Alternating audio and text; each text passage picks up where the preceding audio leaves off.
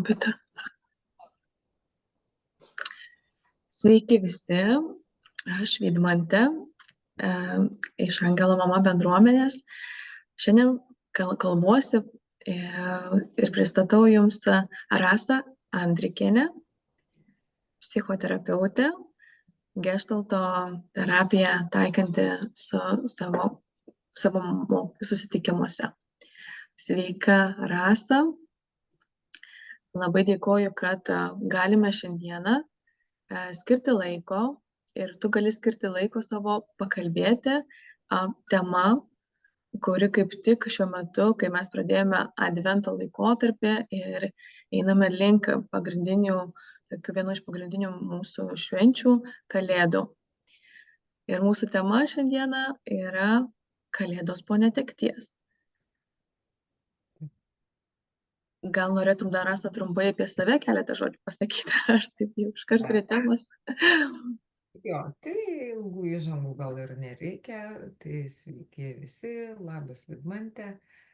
Taip, aš esu gestalto psichoterapeutė ir tai yra psichoterapijos rūšis. Daug jų yra tų rūšių, man yra gestalto. Esu knygų autorė. Taip, jos labai... 3 knygų iš tikrųjų esu autorė, tik 3 dar baigiamuosiuose procesuose. Taip, laukiam. Taip, studijoje ten ir taip toliau jau. Aš savo dalį padariau, dabar laukiu, kada kiti padarys.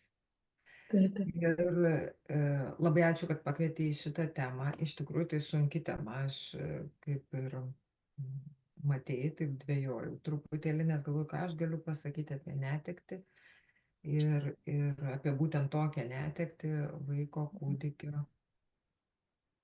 Ir pirmasias Kalėdas po to, arba nebūtinai pirmasias apskritai nes tos šventės, kai susirenka, tai ar mes važiuojam pas giminės, pas senelius kažkur, ar čia tylėti, ar čia kalbėti, ką čia daryti, kaip reaguoti, kaip būti. Tai turbūt ir panagrinėsim. Taip, tai aš irgi dėkinga už tai, kad mes galim, kad tu sutikai, nes iš tikrųjų surasta vienam nedideliam susitikime moterų mes susitikome ir kažkaip netekties tema, ar ne, kad pas tai ir lankosi moterys, kurios patyrė ir tiesiog mums pakalbėjus, pabendravus, kad kažką turime, kad šita tema yra tavo praktikoje, teko to susidurti ir tikrai girdžiu, kad įžvalgos pastebėjimai iš tavo kaip psichoterapeutės gali būti naudingos ir man pačiai labai smalsu ir tikiu, kad mūsų žiūrovėms bus naudinga ir išsineš tai, kas joms aktualu šiuo metu. Atsiprašau, kažkaip streiginė. Tai ir tos Kalėdos po netekties, ar ne? Šiaip iš asmeninės irgi mano patirties, kai prisimenu, gal netgi tokia kaip įžanga, dabar norėčiau trumpai pasakyti irgi, įvedant į tai, kad Kalėdos, pavyzdžiui, gali irgi būti, jog moteris gal laukiasi, pavyzdžiui, buvo atvejis mano, kad aš laukiausi ir būtent pats tas gruodžio mėnesis buvo visiškai paskutinis mėnesis iki gimdymo. Ir atminty, kas išlikė, kad kažkaip Kalėdos tas laukimo, kad mes dabar tame laukime jau gims, jau greitai ir tiesiog esame kartu susitikę. Bet tai viena tokia būklė būsena, ne, kai susitinkam, o viskas įvyko sausį, kai praėjo visos šventės, ar ne, ir įvyko mirtis, netektis. Tai galbūt ir netgi yra ir pas mus, mūsų bendruomenė moterų, kurios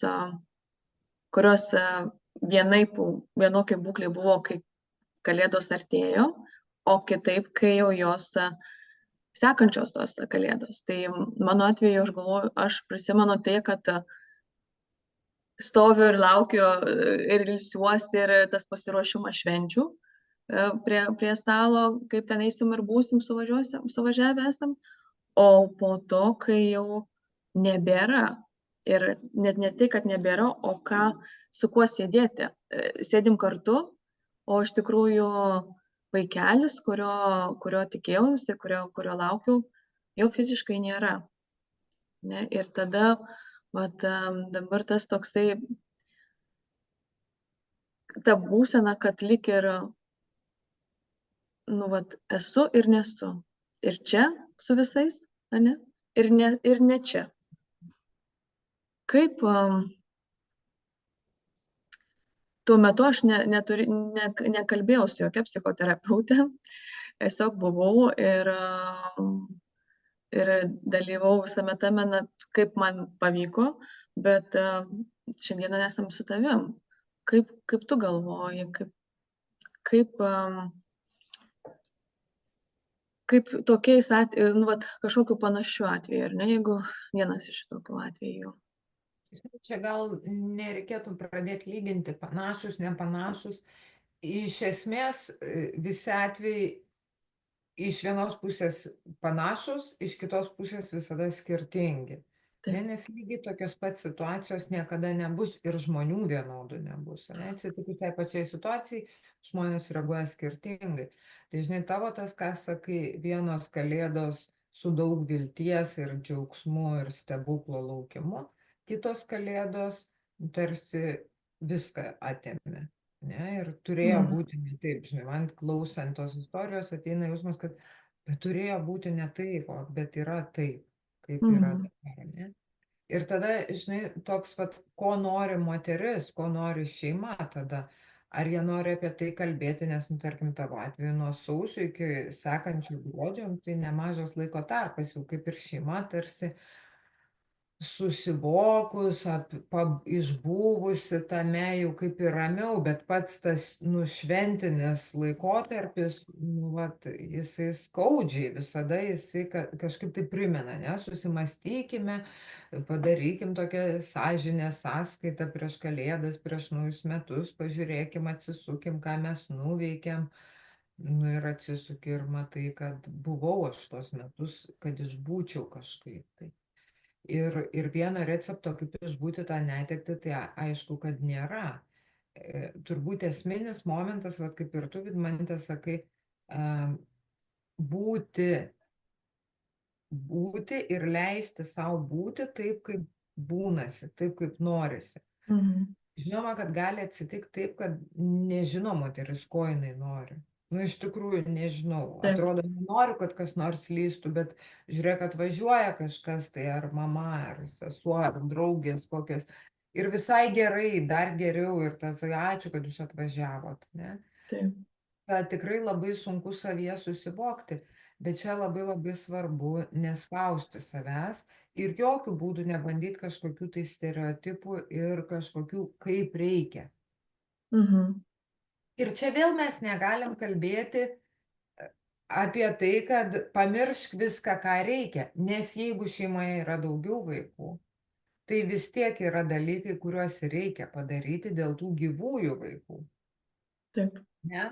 Negali tik tai užsidaryti savo skausme ir yra istorijų, tokių istorinių asmenybių istorijų, kur netenka vieno vaiko ir ten 3-4 atrodo numirė kartu su juo ir jie auga paskui tarsi be mamos, nes mama visiškam gedule 10-mečiais. Tai taip irgi nereikia padaryti. O tas adekvačiai reaguoti į save ir į aplinką. Kada reikia save patemti ir ištemti, o kada reikia leisti savo būti tame kokone kažkokiam, išbūti, išliūdėti, išverkti. Nu, toks, jeigu kažkas turėtų atsakymus, tai kaip, nu, kokioj matricoj piliulių padalino, žinai, ir viskas. Ir visiems viskas aišku. Taip nėra. Taip nėra. Man taip pat toks, vat, klausant tavęs, ateina toks kažkaip klausimas, o ką, vat, mama moteris klauso ir galvoja, gerai, o ką, gal tokį kaip jai žinutė, ką negalėtų dėl savęs, pirmiausia, atkreipti dėmesį, vat, jeigu yra tas tikrai jaučia, kad, nu, negaliu, nieko negaliu, ar ne, va, kaip sakai, yra tas lik ir, nu, įsipareigojimai, yra, ar ne, yra mūsų įsipareigojimai, bet negaliu. Ir gal nuo ko galėčiau pradėti, arba atkreipti galvoju, sakau, vat, ar nuo to, kad pasirūpinti savim, maistu, ar ne, ar pamiegoti, ar nusiprausti, ar ne, jau čia toj tokioj, gal, sakykime, tais atvejais, kai, nu, labai tiesiog, nu, nepasikeli iš lovos, ar ne, o kodėl aš turiu keltis iš lovos ir eiti čia pirkti dovanų kažkur važiuoti, ar ten namus puošti šventiniais elementais visokiais, nu, nes aš neturiu jėgų ir aš negaliu ir man skauda ir man nieko nereikia. Iš tikrųjų, va čia tas, jeigu mes neleisim savo išgedėti, anksčiau ar vėliau tas užspaustas gedulas virs depresija. Nes yra tokia labai nebloga teorija, mano galva, kad kas yra depresija, tai yra užspaustas gedulas, kai žmogus neleido tam tikrų laikų kažko savo išgedėti, o nustumė, kaip, nu, tai gyvenimas tęsiasi toliau. Ne? Ir čia vėl yra dvi istorijos pusės, jeigu yra vaikų dar šeimoje ir jeigu nėra. Nes jeigu vaikų nėra, tai tada aš 100% už tai, kad tu gulėk, nesikelk ir ten tos dovanos, nu, tai visi tą supranta. Ne? Ir jeigu eisi ir apsimesi ir prieš save apsimetinėsi, nu, tai tas gedulas taip ir kažkur nusigrūs į vidų ir jis nebus išgyventas. Visgi, jeigu yra daugiau vaikų, tai čia turbūt reikėtų išmokti deleguoti darbus, ne? Deleguoti kažkam artimam, kažkokiem artimiesiam, kad būtų galima vėlgi išsiilsėti, išsiverkti, išsiliūdėti. Ar reikia tai slėpti, tą skausmą nuo kitų vaikų ar nuo artimųjų?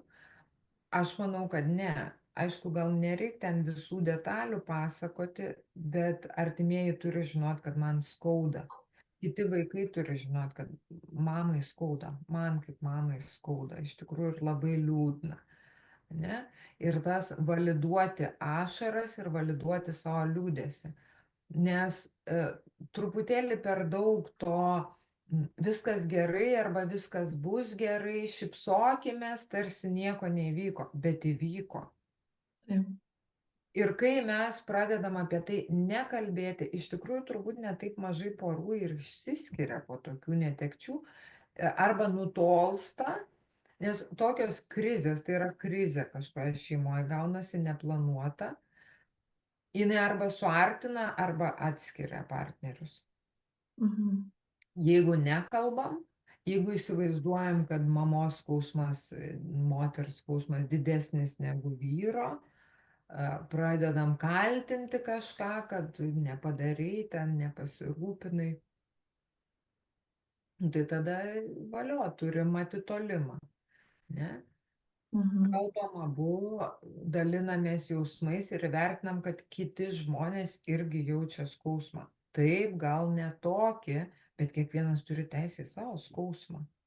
Nėra užrašyta jokiose protingose knygose, koks turi būti skausmas, kas turi darytis kūne, galvoje, sieloje ir taip toliau.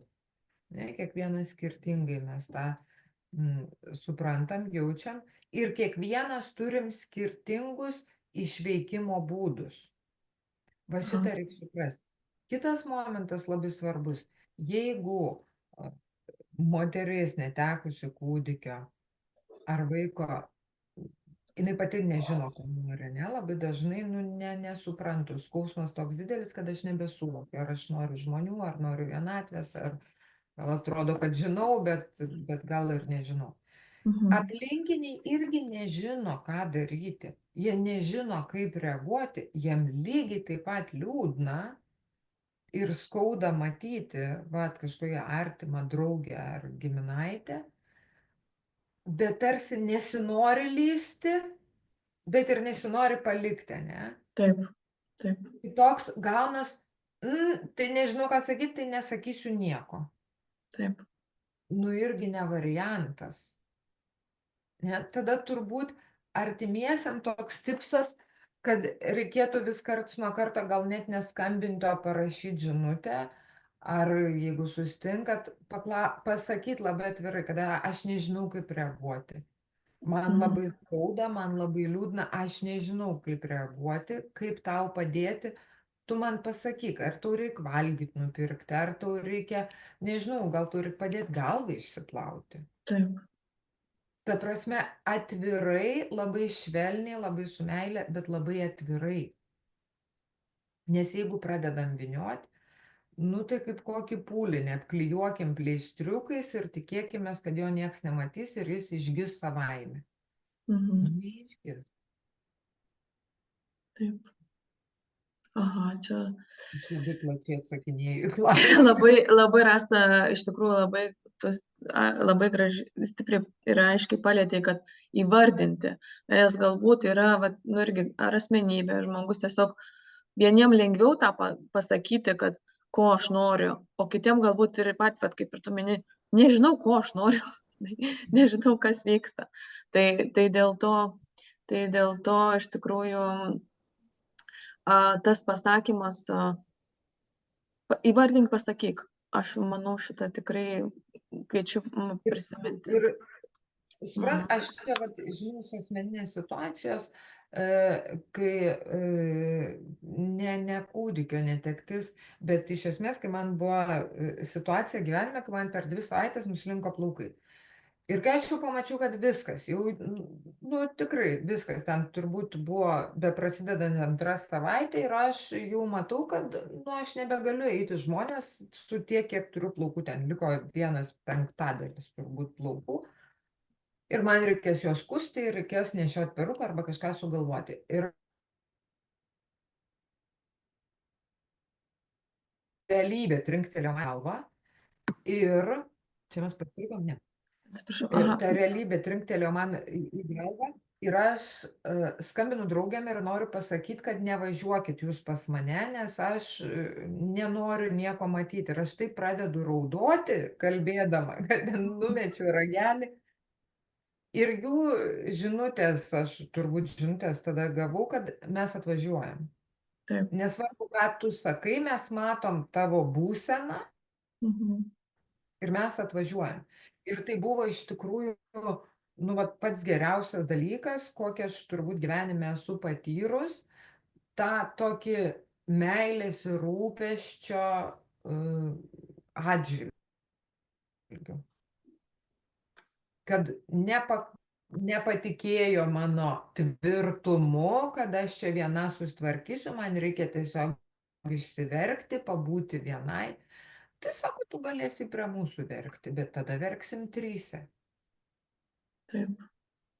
Ir tas buvo, nu, toks wow, tai mes ten ir juokėmės, ir verkėm, ir vėl juokėmės, ir vėl verkėm. Bet toks, suprantat, aišku, čia nepalyginamai su kūdikio vaiko netektim, bet man užteko to vieno vakaro susitaikymui su situacija, apraudojimui tos situacijos, tam, kad aš galėčiau eiti toliau.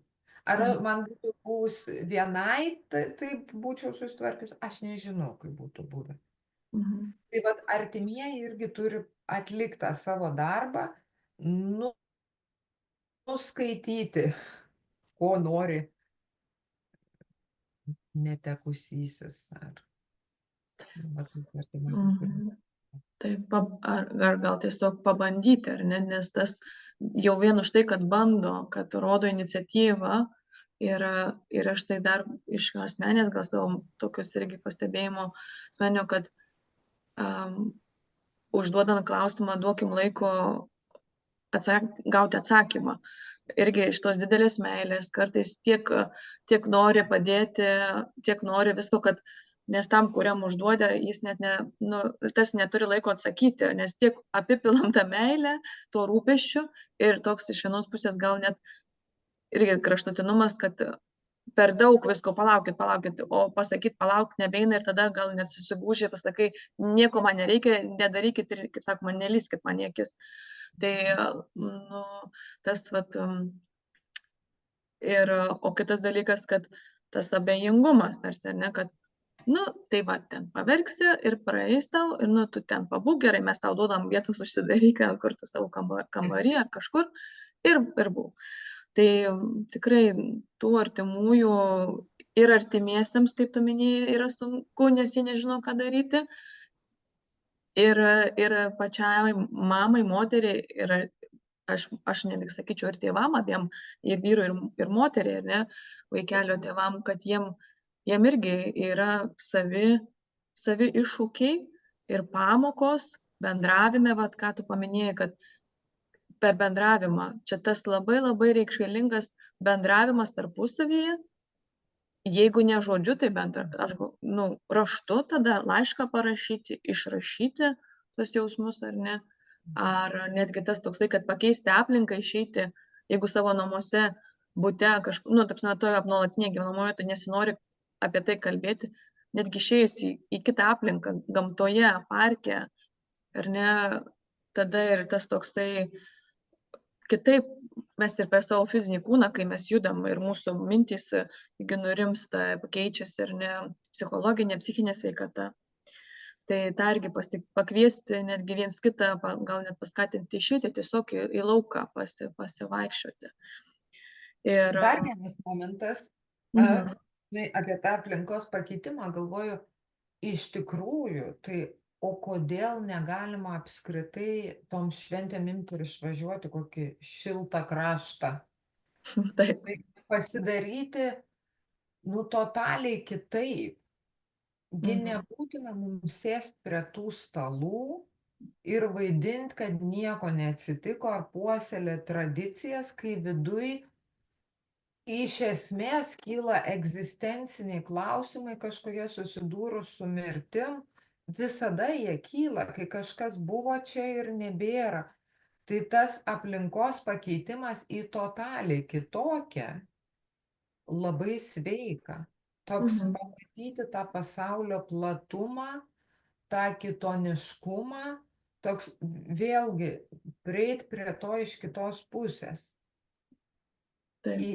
Kažkaip nori, nenori, įpučia tada naujų vėjų į galvą ir truputėlį tas skausmas ne tai, kad tampa kitoks, jis ir nesumažėja, bet tarsi sąmonė prasiplečia, ne? Nes mes niekada negaunam tokių išbandymų šiaip savo. Tai yra išbandymas, tai yra asmeninis išbandymas abiems tėvams ir jų artimiesiems. Ir tai turi kažkokią prasmę ir tai turi kažkokią pamoką neša savyje, kažkokią patirtį reiškia, kurią reikėjo gauti. Tai ieškokim tos prasmės, bet pirmiausia, reikia padėti savo susitvarkyti su tuo skausmu. Ir pakeitimas vietos, aplinkos, iš esmės, kad ir, nu, va, o kodėl negalima išvažiuoti 2 savaitėm, 3, tarkim, žinai, nuo gruodžio 20. Labai nedaug žmonių negali, labai daug žmonių gali teisintis, kad negali, bet realiai tai labai mažai žmonių negali. Pasižiūrėti plačiau į tai ir nestereotipiškai. Jūs jau esate nestereotipiniai situacijai. Kodėl nepaieškoti iš jos nestereotipinio išėjimo? Arba netgi ir tas, kad jeigu jau į tą, nu, į šiltus kraštus, nu, dėl kažkokių tai aplinkybių negalima būtų neina išvykti, tai netgi ir toj pačioj Lietuvoje ar kažkokioj kitoj šalyje, nes mūsų bendruomenė, kaip sakyt, kalbamės visiems lietuviam, tai bet kuriai toj šalyje, kur esi, tiesiog pakeisti geografinę, kaip sakoma, lokaciją, ar ne? Gal yra kažkokie draugai pažįstami, kurie turi tuščius, nenaudojamus savo namus ir kur galima juos nuvykti, pabūti. Ar ten gyveni mieste, gal kažkur už miesto židinį užsikurti, kokį ten pečių, ar netgi tą patį, jeigu sulauksime sniego ar ne, sniegą pakasti, netgi tiesiog tas kažkoks išėjimas ar medžių, kaip sakau, man labai, aš kalbu apie medžius ir mišką, nes iš tikrųjų gamta, buvimas gamtoje, bent jau man asmeniškai, aš pastebėjau, kai ypatingai sunkus atvejai, nu, ar ne tik sunkus, bet taip išėjimas, buvimas ten, leidimas laiko prie vandens kokio telkinio irgi labai duoda tokį poveikį teigiamą. O dar, Rasa, norėjau, labai tu gražiai paminėjai apie išveikimo būdai. Mes šventinis tas ar ne toks laikotarpis, arba ir ne tik šventinio laikotarpio, kad per savo rankas, kai mes darome kažką, gaminame, mes dedame tą savo energiją, ar ne, save į kažką. Ir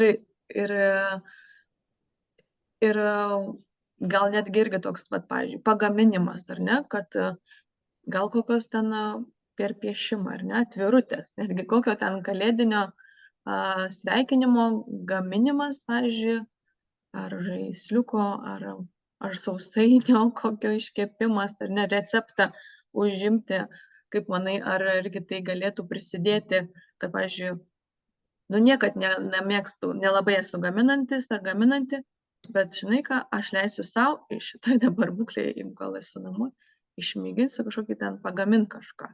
Nes tada, vat, kaip tu manai, kokie tai galėtų būti išmėginimą, tai aš čia nežinau, žinai, nes, nu, maistas sako, reikia su meilė gaminti, ne su skausmu.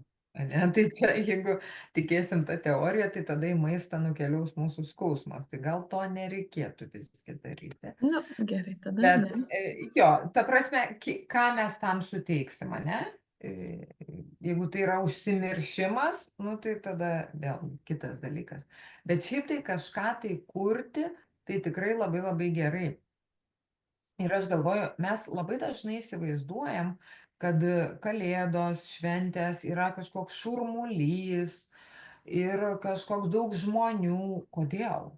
Kodėl tai negali būti absoliučios ramybės laikas? Ne? Kūčių vakarienė yra ramybės laikas. Ar privaloma yra kalėdų pirmą dieną kalėdoti po visą Lietuvą per visus gimines? Realiai tai neprivaloma.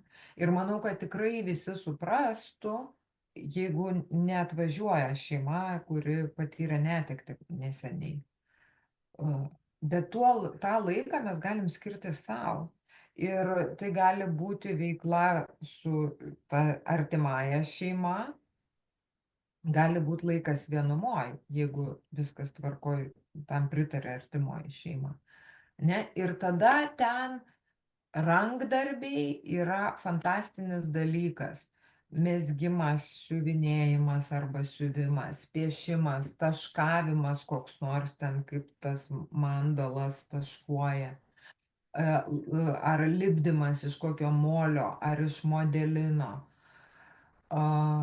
Lipdymas, jeigu iš molio ir iš modelino, paskui labai gerai yra sudaužyti tuos dirbinius. Nu, va, ta tokia gaunas, bet čia vėlgi pagal asmenybę, kai jeigu daug pykčio yra, ne? O po netekties visada yra tas pykčio etapas, kai pykstu, kodėl man taip atsitiko. Tai va, tų lipdinių kažkokių taip pasidarau iš molio ir tada sudaužau juos. Tai ta sprogstamoji tokia dūžtamoji energija, jinai labai labai gerai atsilaisvina. Galima išsiuvinėti kažkur tai ten tą savo skausmą kažkoje staltiese ar kokį megztinį ar į bet ką, kai paskirties net nėra, bet aš darau ir paskui gal netgi norėsiu ir mesti ten tą siuvinį sudeginti, ta prasme, nenorėsiu aš jo pasilikti.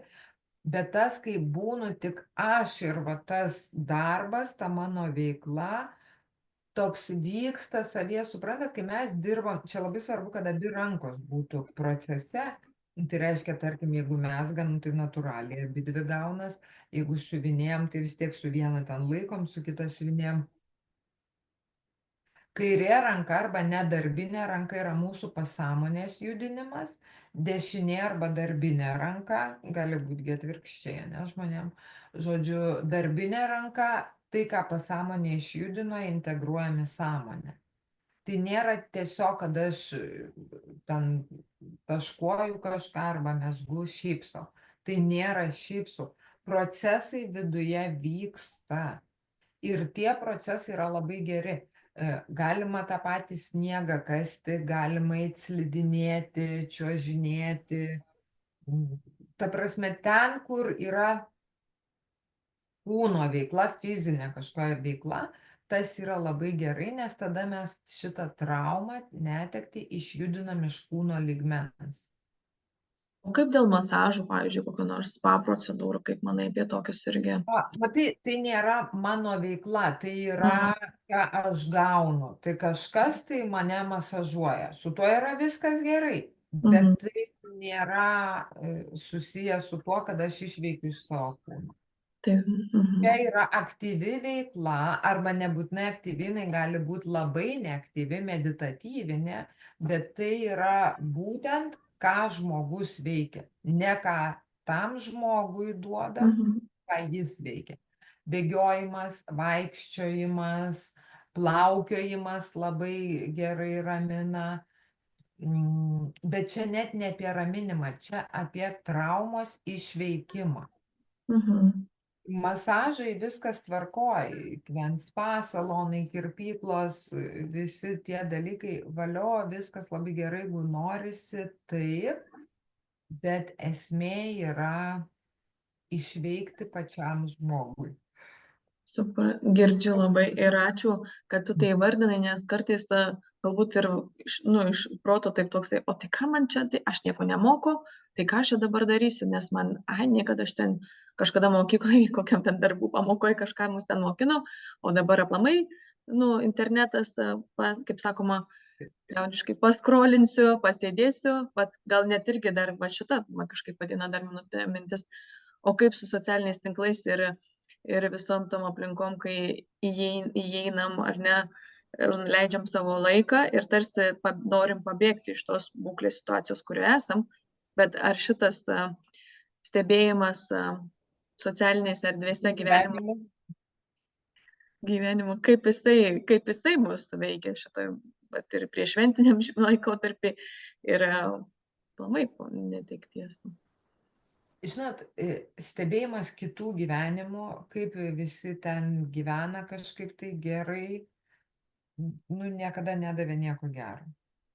Tai aš tai būčiau už išvažiavimą, nežinau, į miško trobelę, be internetų, be veidrodžių, tiesiog va tas toks, kai, o kas aš esu kaip žmogus, su savo 2 rankom ir 2 kojom, be titulų, be karūnų, be internetų, be kitų žmonių.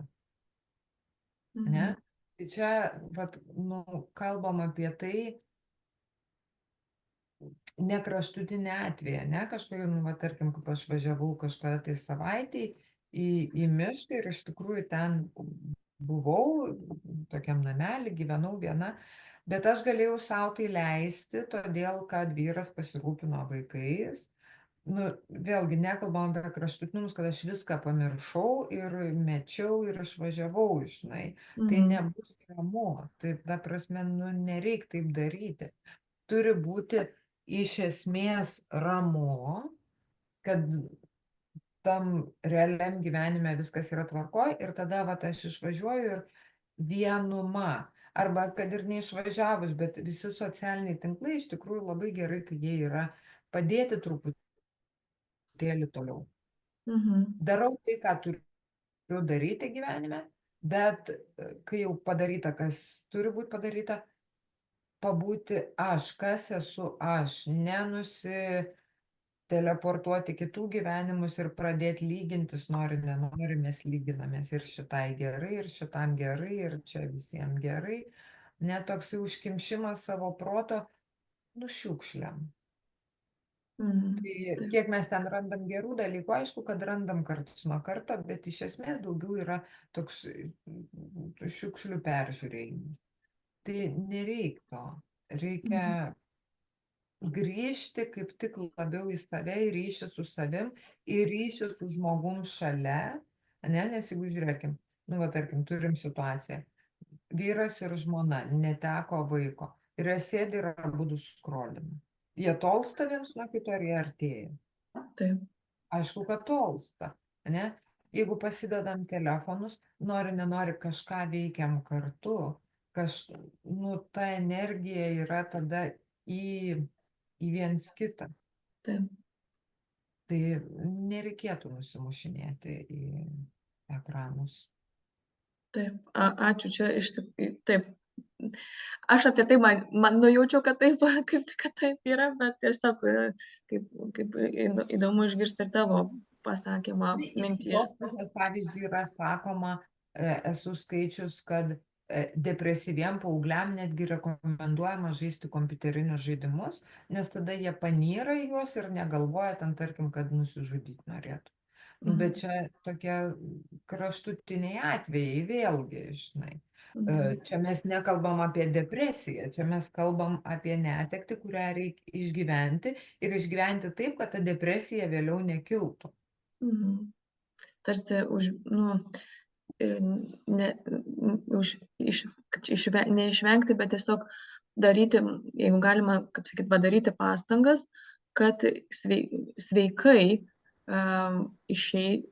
praeiti tą išmėginimą, kurį jau taip, vat, sakoma, likimas ar karma, kas tiki ar ne, atvedė, sudėliojo ir tai vyksta.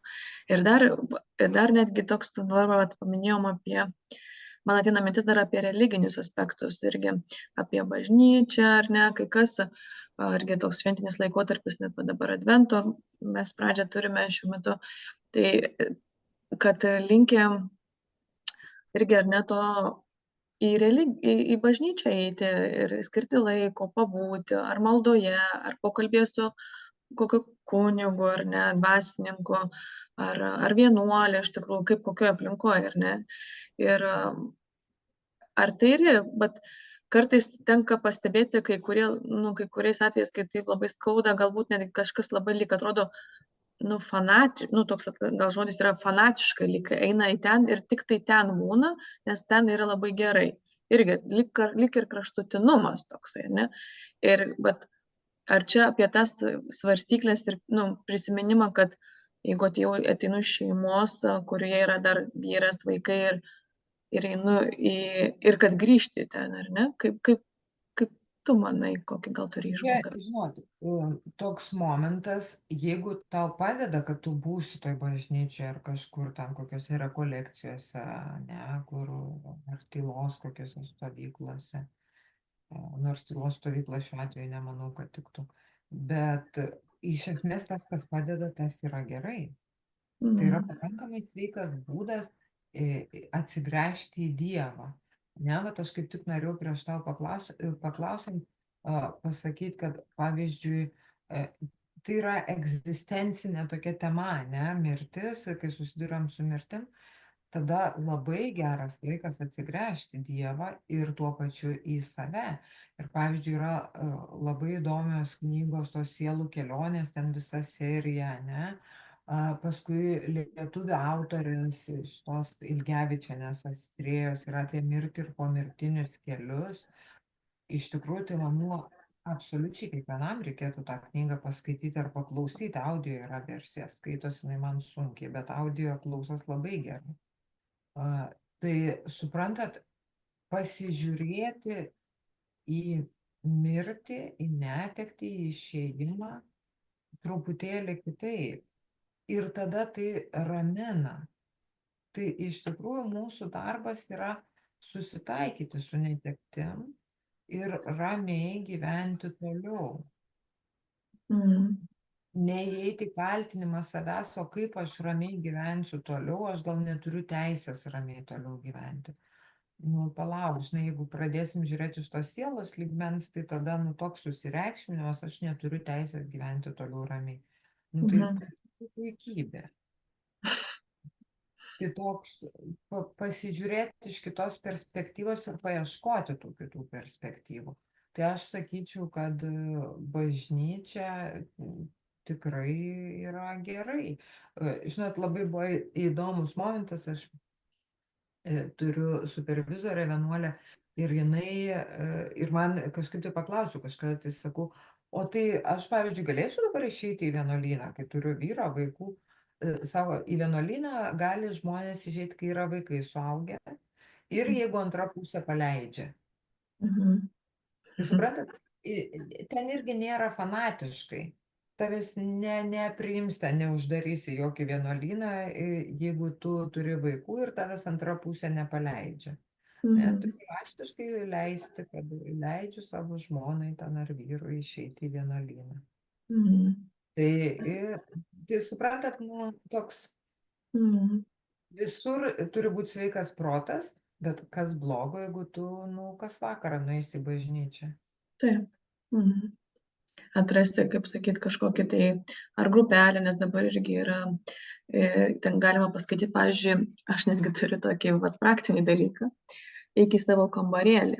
Yra tokia knyga, ar ne?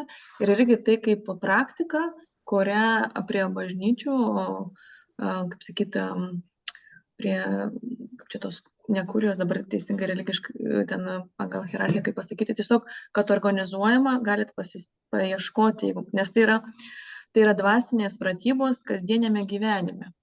Tai ir reiškia knyga, ar ne? Ir taip pat yra susitikimai grupėse. Ir su vedėju tų susitikimų dvasininku arba vienuolė. Tai Kaune žinau tikrai, kad keliose vietose yra ir manau, kad tai yra dar ir kitose miestuose. Tai yra, kaip sakyti, nemokamai, jeigu dėl finansų, kai kam galbūt netgi irgi tokia grupė.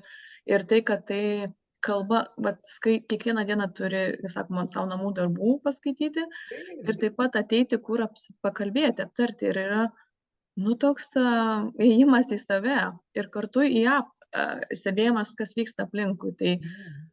Tai vienas ir knygas apie Kristų paminėjai, iš tikrųjų Rasa, tai jos man irgi padėjo labai. Ir aš jas skaičiau ir būtent sielų kelionės, kai aš paėmiau pirmą knygą, man, tokie aha momentai, arba toksai, kaip sakyt, susidėjo paveikslėlis visas ir ta toksai, kad ar kaltės, ar tiesiog, o kodėl ta dukra, kodėl tas vaikelis numirė, ar ne, o kodėl?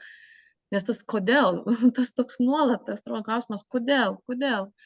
Tai tada, kai pačiai man pajaučiau, kad ne tik apie kūną kalba eina, ne tik apie tą, kurį noriu apkabinti, priimti ir galbūt negalėjau, gal galėjau, ar tiesiog ar ne kokioj tai formai buvo, bet ir apie daugiau, apie tą gyvenimą ir gyvenimas, kuris tęsiasi po mirties, kad mes ir vėl susitinkame.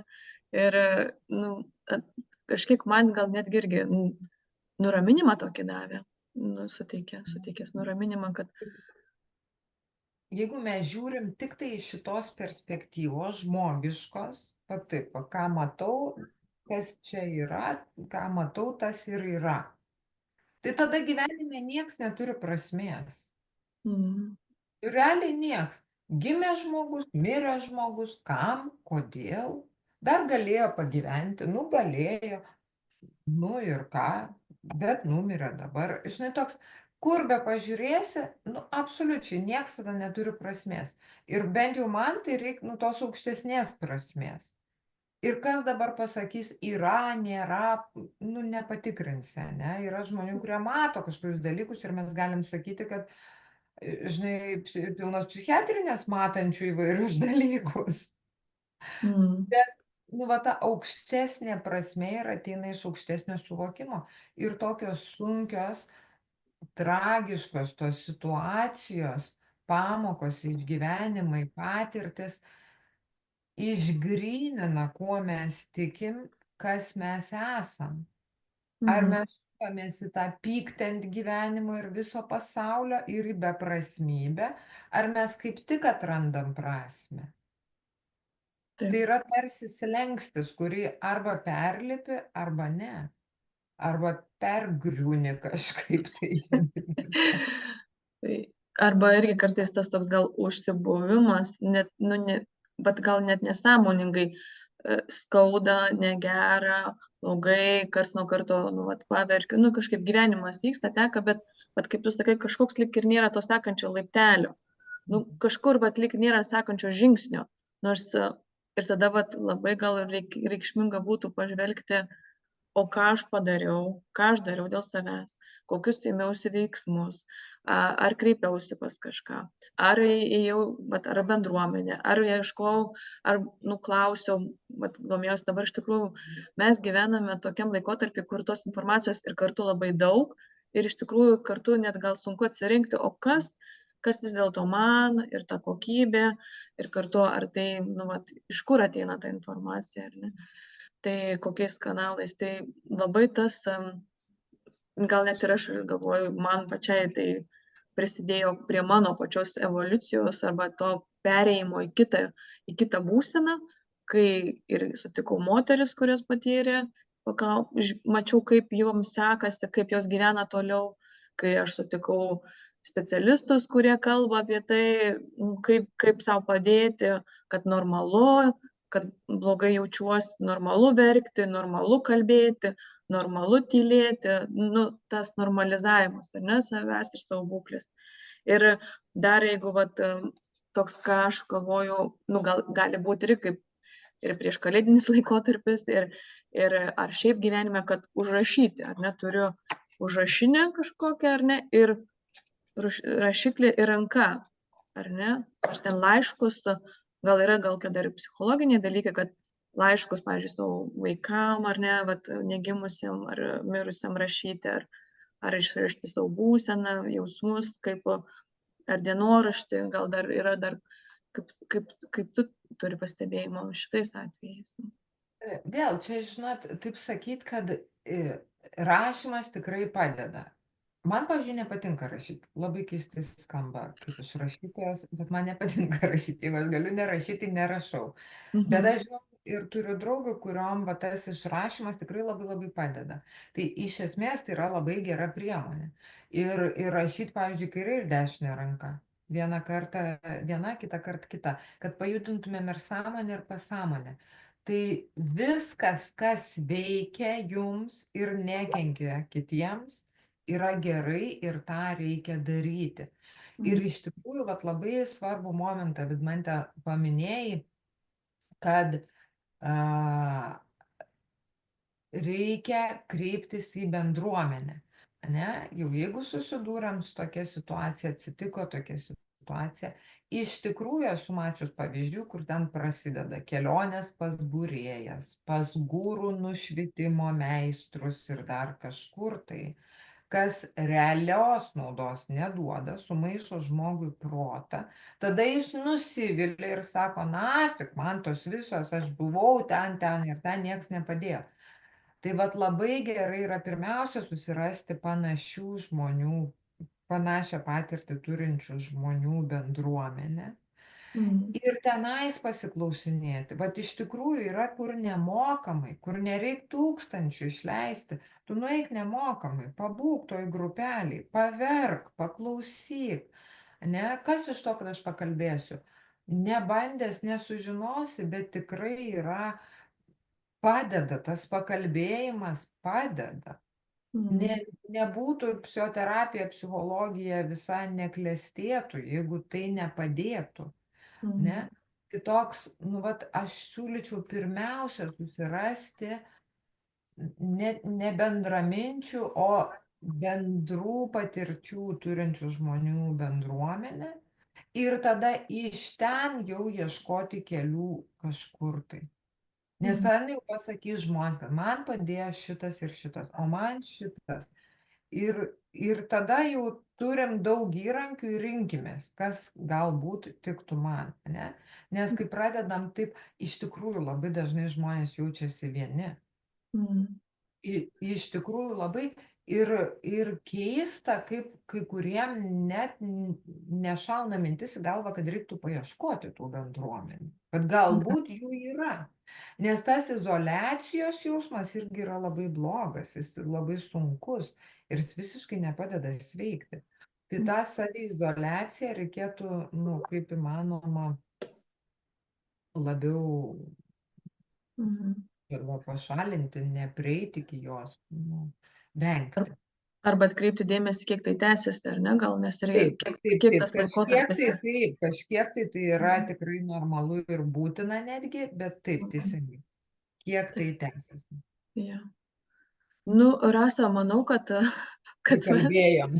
kad jau mes palietėm ir artimuosius, palietėm, kaip kad normalu, kad jie nežino, kaip elgtis ir ką daryti. Ir kad tai pasakyti visiškai normalu, pasakyti, garsinti, kad aš nežinau, matau, kaip tau skauda, aš nežinau, kuo galiu padėti. Iš kitos Bet pusės noriu pasakyti, aš nežinau, ko aš noriu.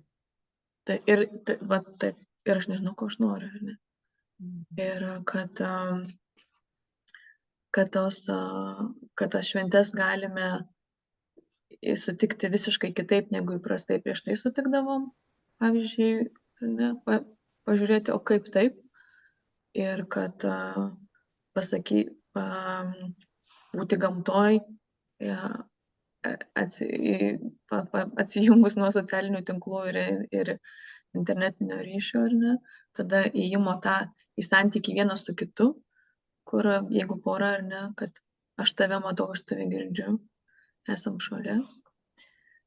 Ir vaikai, kiti šeimos nariai, kad jie yra ir jie nori būti pamatyti ir jie nori dėmesio, laiko ir toliau, kaip sakyt, kad gyvenimas vyktų toliau. Ką dar norėt? Gal dar kažką jauti, ką galėtumėm? Dar galvoju, čia gal visai ne į temą, bet šiaip labai gražią knygą skaičiau 40 meilės taisyklių. Tokia, kad į vidų knyga. Visai ne apie tai, tiesiog man nežinau, kodėl dabar šovė į galvą, bet labai graži knyga, tokia ir liūdna, ir nu, bet ir su tikėjimu. Ir man labai patiko iš ten mintis. Rumis tai yra arabų Persų, rumi, persų krašto. kaip mistikas turbūt, ne? Mhm. Ir jo draugas, lygiai toks pat, to krašto mąstytojas, ten išgalvota turbūt, žaidžia šachmatai su Šventu Pranciškum. Ir jie sutarė puikiai, nes jų bendra žemė, bendras laukas yra meilė. Tai vat, jeigu eisim iš meilės sau ir pasauliui ir žmonėm, vat jeigu mūsų bendras laukas bus meilė, tada mes atrasim, ką pasakyti, mes atrasim tą paguodą kažkokią tai ir tai praeis. Ir tai mūsų stiprins ir, tarkim, kaip porą, kaip šeimą, kaip žmogų.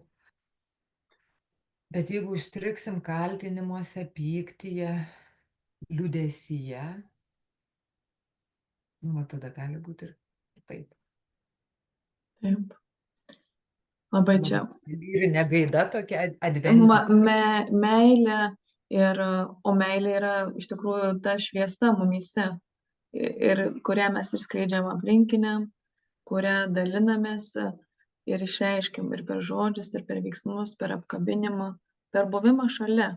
Ir galbūt tas ir yra, kad yra prieššventinis laikotarpis, dar labiau atrodo iškelia atsigręžti į save, kaip ir tu minėjai, atsigręžti į save ir pažiūrėti, ką aš nuveikiau, ką padariau ir kas įvyko. Bet ir kartu pažiūrėti, o kas aš? Tikrai, tas pamatymas, o ir pamačius savyje dalykų, kuriuo aš nemėgstu, nenoriu, kaip sakyt, tas tamsiasias savo pusės, tai irgi yra didelis žingsnis. Tai ir nes be tamsos nebūtų šviesos, ne? Be skausmo nebūtų džiaugsmo, to tokio pajautimo nesuvoktume. Tai va. Mes kartais įsivaizduojam, kad labai norėčiau gyventi nuolatiniam džiaugsme. Nu, taip neįmanoma. Nuolatiniai euforijai ir ekstazijai, kurie pagyvena, paskui labai žemai nupuola į depresijos ten liūną, žinai. Bet aš labai norėčiau užbaigti, žinai, kuo? Va tokį labai labai paprastą pratimą. Jeigu užsidedu ranką ant krūtinės, ne, ir vat sakau kažką, aš labai labai myliu, savo vaiką, kad ir kurio netekau, aš tokią begalinę meilę, vat iš tikrųjų, ne, kiek jaučiasi tos meilės savo vaikui, josgi labai labai daug. Ir ką ta meilė nori padaryti?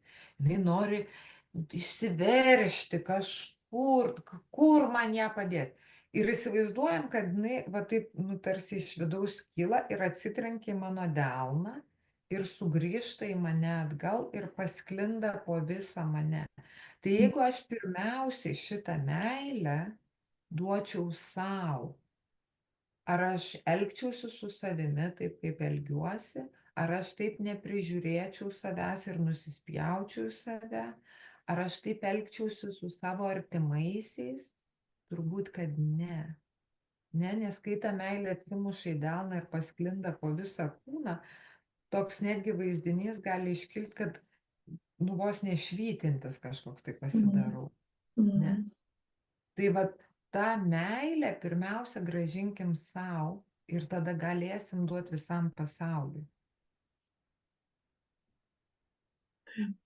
Wow. Tai šviečia jumyse jūsų šviesa. Ir ačiū, kad klausėte. Viso geriausio. Viso gero.